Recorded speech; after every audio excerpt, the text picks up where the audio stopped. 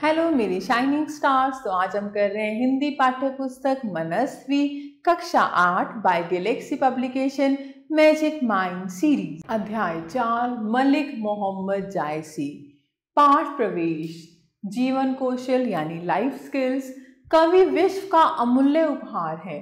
उसका जीवन उपकार का जीवन है। वह गिरे हुए उत्साह को उठाता है, रोती हुई आंखों को पोंछता है और निराशावादियों के सम्मुख यानी उनके सामने आशा का दिव्य दीपक आलोकित करता है। कवि सौंदर्य का उपासक है, चाहे वह सौंदर्य बाहरी जगत का हो या अंतर जगत का। ऐसे ही एक कवि के विषय में हम प्रस्तुत पाठ को पढ़कर जानेंगे। निर्गुण भक्ति की प्रेमाश्रयी शाखा के प्रसिद्ध सूफी कवि मलिक मोहम्मद जायसी का जन्म सन 1492 ईस्वी के लगभग माना जाता है। वे जायस शहर के रहने वाले थे, इसीलिए उनके नाम मलिक मोहम्मद के साथ जायसी शब्द जुड़ गया। इनके पिता का नाम मुमरेज था। बाल्यावस्था में यानी बचपन में एक बार जायसी पर शीतला का असाधारण प्रकोप हुआ। बचने की कोई आशा ना रही। बालक की यह दशा देखकर माँ बड़ी चिंतित हुई। उसने प्रसिद्ध सूफी शाह मदार की मनौती की। माता की प्रार्थना सफल हुई, बच्चा बच गया, किंतु उसकी एक आंख जाती रही। विधाता को इतने से संतोष नहीं हुआ। कुछ दिनों बाद उनके एक कान की श्रवण शक्ति यानी सुनने की शक्ति भी नष्ट हो गई। इसमें संदेह नहीं कि जायसी का व्यक्तित्व बाहरी रूप से उतना सुंदर नहीं था जितना आंतरिक रूप से। उनकी कुरूपता के संबंध में किंवदंती है कि एक बार वे शेर शाह के दरबार में गए। शेर शाह उनके भद्दे चेहरे को देखकर हंस पड़ा। इस पर जायसी ने अत्यंत शांत स्वर में बादशाह से पूछा, मोहिका हंसेसी की कोहराही, अर्थात तू मुझ पर हंस रहा है या उस कुम्हार पर जिसने मुझे गढ़ा है। कहा जाता है कि विद्वान जायसी के इन वचनों को सुनकर बादशाह बहुत लज्जित हुआ और उसने क्षमा मांगी। जायसी के पिता का स्वर्गवास उनकी अल्प आयु में ही हो गया था।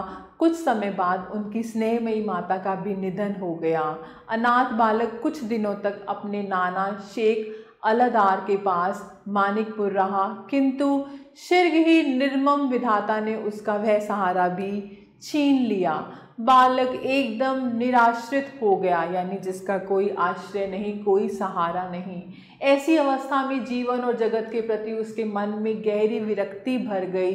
वह साधुओं के संग रहने लगा एवं आत्मा परमात्मा संबंधी चर्चा में उसका समय व्यतीत होने लगा। जब किसी व्यक्ति को ज़्यादा दुख मिल जाता है जीवन में तो उसे संसार से विरक्ति हो जाती है, संसार से अलग हो जाता है और उसका जो ध्यान है वो परमात्मा में चला जाता है। तो ऐसा ही कुछ इनके साथ हुआ। जब जायसी वयस्क हुए यानी थोड़े बड़े हुए तो वे अपनी जन्मभूमि जायस लौट आए और वहाँ गृहस्थ जीवन व्यतीत करने लगे। यद्यपि वे अपने पारिवारिक कर्तव्यों का निर्वाह करते थे, फिर भी इससे उनकी ईश्वर भक्ति में किसी प्रकार की कोई कमी नहीं आई। जायसी का यह नियम था कि जब वे खेत पर होते तो अपना भोजन वहीं मंगा लिया करते थे, पर अकेले खाना नहीं खाते थे। जो भी आसपास दिखाई दे जाता उसे बुला लेते और फिर उसके साथ भोजन करते। ऐसा प्रसिद्ध है कि एक बार उन्होंने किसी कोढ़ी के साथ भी भोजन किया। उनकी भक्ति दृढ़ होती गई और वे धीरे धीरे उस परम सत्ता के रंग में डूब गए। कहा जाता है कि जायसी के 7 पुत्र थे। एक दिन कवि जायसी ने पोस्तीनामा शीर्षक की रचना की और उसे सुनाने के लिए अपने गुरु मुहिउद्दीन के पास पहुँचे। इनके गुरुदेव वैद्यों के आदेश एवं अनुरोध से पोस्त का पानी पीते थे। जायसी की व्यंग्यपूर्ण कविता सुनकर गुरु क्रुद्ध होकर बोले, अरे निपुते, तुझे ज्ञान नहीं कि तेरा गुर निपोस्ती है।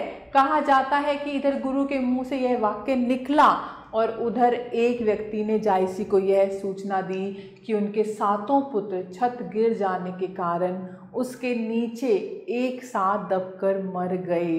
गुरु का क्रोध जायसी के लिए अभिशाप बन गया। इसके बाद जायसी पूर्ण वैरागी हो गए और फकीर का जीवन व्यतीत करने लगे। जायसी एक भावुक सहृदय और संवेदनशील भक्त कवि थे। उनके लिखे ग्रंथों में पद्मावत, अखरावट और आखिरी कलाम मुख्य हैं। पद्मावत एक आध्यात्मिक प्रेम गाथा है। पद्मावत की कथा वस्तु के लिए जायसी ने प्रेम मार्गी सूफी कवियों की भांति कोरी कल्पना से काम न लेकर रतन सेन और पद्मावती पद्मिनी की प्रसिद्ध ऐतिहासिक कथा को आधार बनाया है। इस प्रेम गाथा में सिंहल द्वीप की राजकुमारी पद्मावती एवं चित्तौड़ के राजा रतन सेन के पढ़ने का वर्णन है। कथा का द्वितीय भाग ऐतिहासिक है, जिसमें चित्तौड़ पर अलाउद्दीन खिलजी के आक्रमण एवं पद्मावती के जौहर का वर्णन है। जायसी ने इस महाकाव्य की रचना दोहा चौपाई शैली में की है। जायसी मुसलमान थे और अरबी फारसी के ज्ञाता थे, फिर भी उन्होंने अपना काव्य ठेठ अवधी भाषा में लिखा। इसी भाषा एवं शैली का प्रयोग गोस्वामी तुलसीदास जी ने अपने ग्रंथ रतन रामचरितमानस में किया है। पद्मावत की रचना स्वदेश्य हुई थी। पद्मावती और रतन सेन का रूपक रचकर जायसी ने विश्वव्यापी पार्थिव और अपार्थिव सौंदर्य को संयुक्त किया है। वह कथा वस्तु जायस की नहीं, भारत की नहीं, वरन समस्त विश्व के हृदय स्थल की है। वस्तुतः पद्मावत हिंदू और मुसलमानों के दिलों को जोड़ने वाला वृहद इकरारनामा है। वृहद मीन्स बहुत बड़ा। जायसी ने पद्मावत के माध्यम से हिंदू और मुसलमानों की पृथक संस्कृतियों, धर्मों, मान्यताओं एवं परंपराओं के बीच समन्वय तथा प्रेम का निर्झर प्रवाहित किया है। वैष्णवों के ईश्वर उन्मुख प्रेम एवं सूफियों के रहस्यवाद को जायसी ने मिला दिया है। पद्मावत जायसी के काव्य कला का उत्कृष्ट उदाहरण है। हिंदी महाकाव्यों में तुलसीकृत रामचरितमानस के बाद पद्मावत की समकक्षता में कोई भी काव्य नहीं ठहरता। साहित्यिक रहस्यवाद एवं दार्शनिक सौंदर्य से परिपुष्ट जायसी की यह कृति उनकी कीर्ति को युग युग तक अमर रखेगी, इसमें संदेह नहीं है। उनकी दूसरी प्रसिद्ध पुस्तक अखरावट है, जिसमें वर्णमाला के एक एक अक्षर पर सूफी सिद्धांतों से संबंधित कुछ बातों का विवेचन है। आखिरी कलाम में मृत्यु के बाद जीव की दशा तथा क़यामत के अंतिम न्याय का वर्णन है। मलिक मोहम्मद जायसी निज़ामुद्दीन औलिया की शिष्य परंपरा से संबंधित थे। जायसी सभी धर्मों के प्रति बहुत उदार थे। उन्हें अहंकार छू भी नहीं गया था। वे बहुविध होते हुए भी अपने ज्ञान को पंडितों द्वारा दिया गया प्रसाद मानते थे। जायसी पहुँचे हुए सिद्ध और चमत्कारी फकीर माने जाते थे। अनेक व्यक्ति उनके शिष्य बने। इनमें से कई जायसी के अमर ग्रंथ पद्मावत के पद्य गा गा कर भिक्षा मांगा करते थे। एक दिन ऐसा ही एक चेला अमेठी में नागमती का 12 मासा गाता हुआ फिर रहा था। अमेठी नरेश उसको सुनकर मुग्ध हो गए। उन्होंने पूछा, शाह जी ये किसके दोहे हैं? शिष्य ने अपने गुरु जायसी का नाम बता दिया। राजा जायसी के पास गए और उन्हें आदर पूर्वक अमेठी ले आए। जायसी मृत्यु पर्यंत वहीं रहे, यानी जब तक उनकी मृत्यु नहीं हुई वे वहीं पर रहे। उनकी मृत्यु के संबंध में एक घटना उल्लेखनीय है। अमेठी नरेश जब जायसी की सेवा में उपस्थित होते थे तो एक बहेलिया भी उनके साथ जाता था। जायसी उसका विशेष सत्कार करते थे। जब लोगों ने उनसे इसका कारण पूछा तो उन्होंने बताया कि यह मेरा कातिल है। इस पर सब आश्चर्यचकित हो गए। बहेली ने प्रार्थना की कि इस पाप कर्म को करने से पूर्व ही मुझे कत्ल कर दिया जाए। राजा ने भी इसे उचित समझा, किंतु जायसी ने बहेलिये को किसी तरह बचा लिया।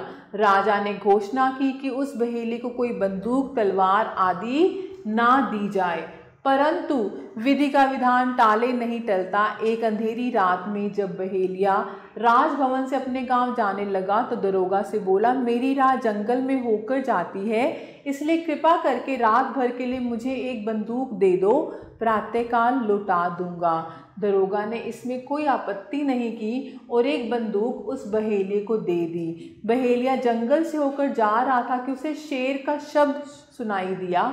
उसने शब्द की दिशा में गोली छोड़ दी। शब्द बंद हो गया। शायद शेर मर गया है, यह सोचकर वह बिना रुके आगे बढ़ गया। उसी समय राजा ने स्वप्न देखा कि कोई उससे कह रहा है आप सो रहे हैं और आपके बहेलिये ने मलिक साहब को मार डाला। राजा चौंक कर उठा और नंगे पैरों जायसी की कुटिया पर पहुंचा। वहां पहुंचकर वह क्या देखता है कि जायसी का निर्जीव शरीर धरती पर पड़ा है, मस्तक में गोली का निशान है। इस दुर्घटना से राजभवन और नगर में शोक का महासमुद्र उमड़ पड़ा। जायसी की लाश गढ़ के समीप दफना दी गई। इस प्रकार सन 1542 ईस्वी में इस सूफी संत की जीवन ज्योति उस परम ज्योति में समा गई।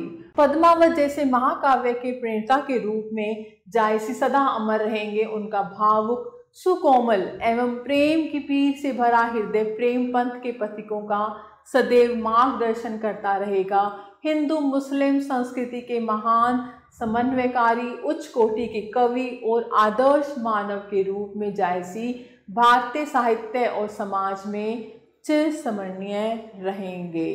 वर्ड मीनिंग है शब्दार्थ: महक, खुशबू; प्रकोप, अत्यधिक कोप, आक्रमण; निर्मम, कठोर; परम सत्ता, परमात्मा; पोस्त, अफीम; सुदेश्य, उद्देश्यपूर्ण; पार्थिव, संसारिक; प्रसाद, कृपा; बहेलिया, शिकारी; प्रणेता, रचना करने वाला; चिरस्मरणीय, हमेशा याद रखने योग्य। तो बच्चों, ये अभ्यास है आपके लिए। पाठ से मौखिक निम्नलिखित प्रश्नों के उत्तर दीजिए। आप ये कर सकते हैं। ऐसे लिखित है, सही विकल्प पर सही का निशान लगाइए। जायसी की एक आंख किस बीमारी के कारण चलेगी? शीतला, अस्थमा, अतिसार या तपेदिक? शीतला। जायसी के सातों पुत्र मरे थे छत गिरने से। तो ऐसे ही आप कर सकते हैं। प्रश्न 2 है, सही वाक्य पर सही और गलत वाक्य पर गलत निशान लगाइए। ऐसे प्रश्न 3 है, रिक्त स्थानों की पूर्ति कीजिए। प्रश्न 4, निम्नलिखित वाक्यों का आशय स्पष्ट कीजिए। जैसे, तू मुझ पर हंस रहा है या उस कुम्हार पर जिसने मुझे गढ़ा है। तो इस वाक्य का आशय क्या है कि यानी जिसने हमें बनाया है। ये जो पंक्तियां हैं ये किसने? जायसी ने उस राजा से कही जो उसके रूप को देखकर हंसने लग गए थे। तो इसका आशय क्या है? इसमें वो यानी भगवान को, ईश्वर को कुम्हार कह रहे हैं कि कुम्हार ने, ईश्वर ने हमें बनाया है। तो वो कहते हैं कि तू मुझ पर हंस रहा है या उस ईश्वर पर जिसने मुझे बनाया है। ऐसे ही आप कर सकते हैं। प्रश्न 5 है, निम्नलिखित प्रश्नों के उत्तर दीजिए। ऐसी भाषा से निम्नलिखित शब्दों का संधि विच्छेद कीजिए। जैसे बाल्यावस्था है, बाल अवस्था, बाल्यावस्था। ऐसे निम्नलिखित वाक्य पढ़िए। प्रश्न 2 है, निम्नलिखित वाक्यों से कर्म कारक और संप्रदान कारक छांट कर लिखिए। और ऐसे प्रश्न 3 है, यहाँ कुछ विशेषण और विशेष्य दिए गए हैं, पाठ के अनुसार उनके जोड़े बनाइए।